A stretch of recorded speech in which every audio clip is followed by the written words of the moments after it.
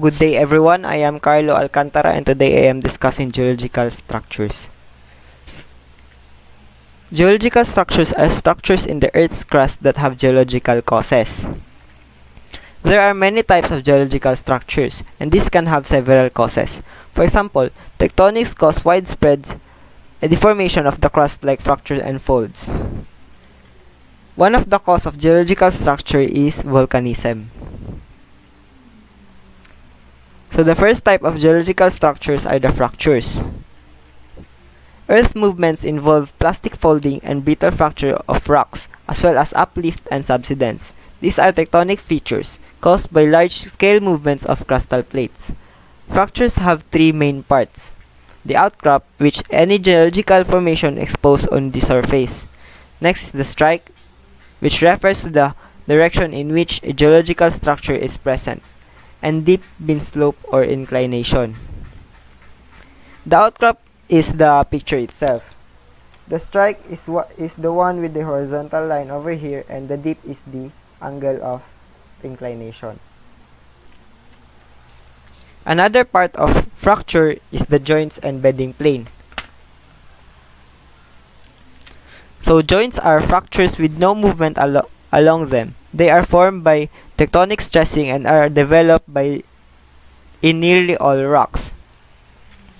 Bedding planes are usually the dominant fractures within the sedimentary rocks. Many bedding planes are very thin bands or partings of shale or clay between units of stronger rocks. So joints are usually the smooth surface of the rock since it does not have any movement along them, and the bedding plane is present in the middle of the structure.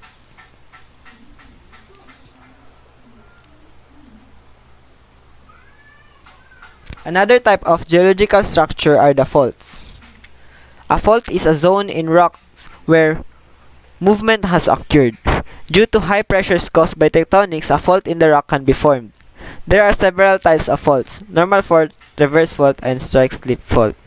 Faults are the type of geological structure which you do not want to have it in your place, because faults magnify the damage of some calamities like earthquakes.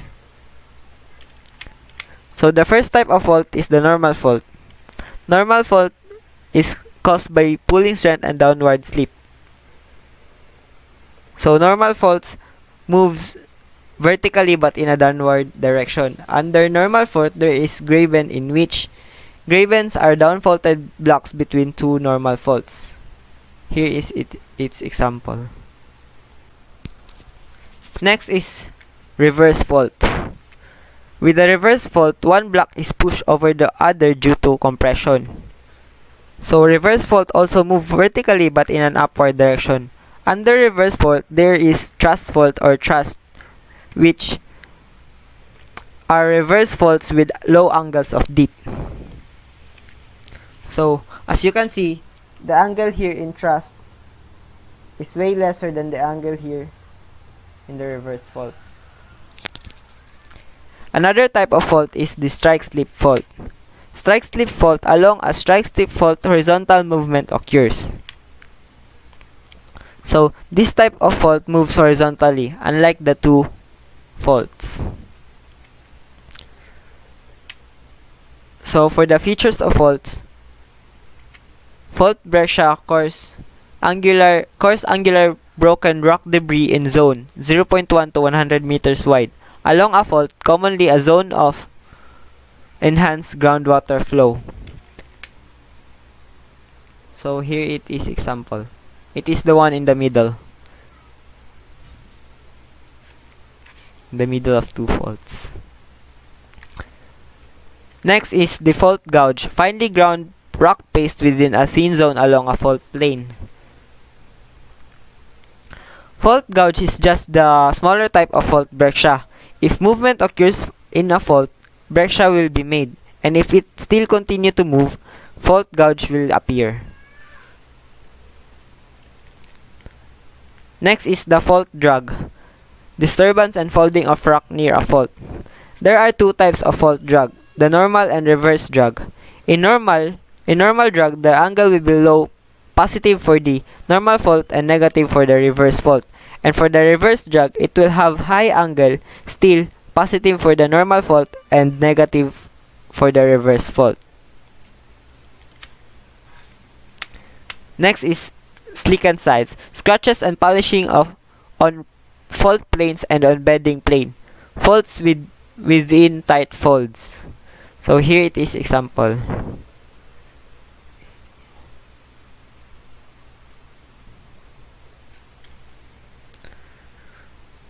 For the next one is the veins, sheets of mineral in field deposited by the hydrothermal water in fractures or fissures in rock. So veins contain a lot of minerals that people might use or need. They are made from rocks which are constantly heated with liquids. So another type of geological structure are the folds. So fold in geology, undulation or waves in stratified rocks of Earth's crust. Folds are upward anticlines or downward synclines. They may be gentle, moderate, or strong. The first type is the anticline, which is like an inverted U shape, like this one.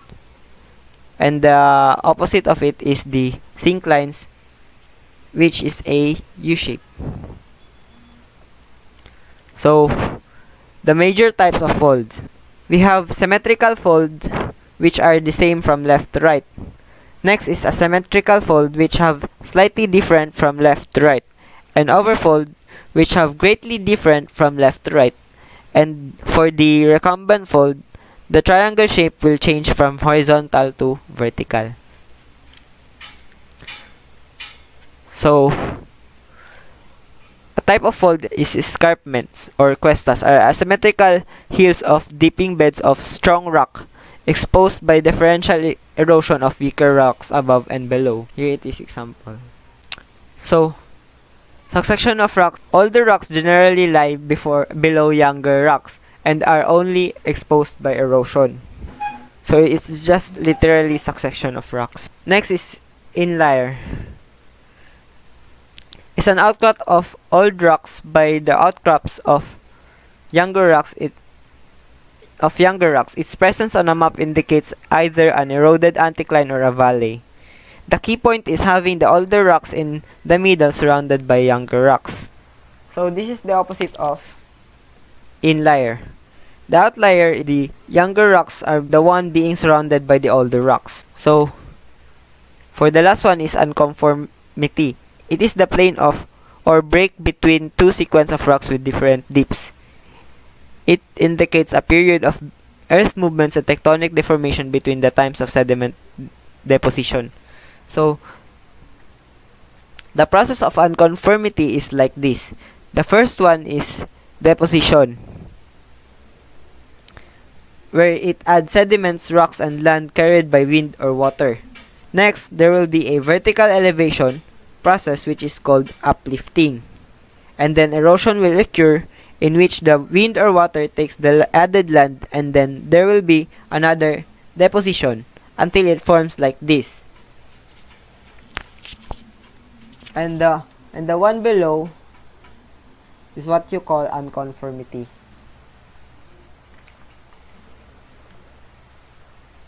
So, another type of geological structures are the non-tectonic structures.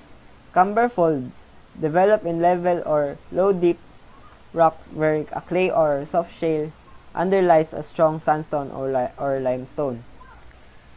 Next is the valley bulge, is the floor leaf since eroded away, and the structural disturbance left beneath it.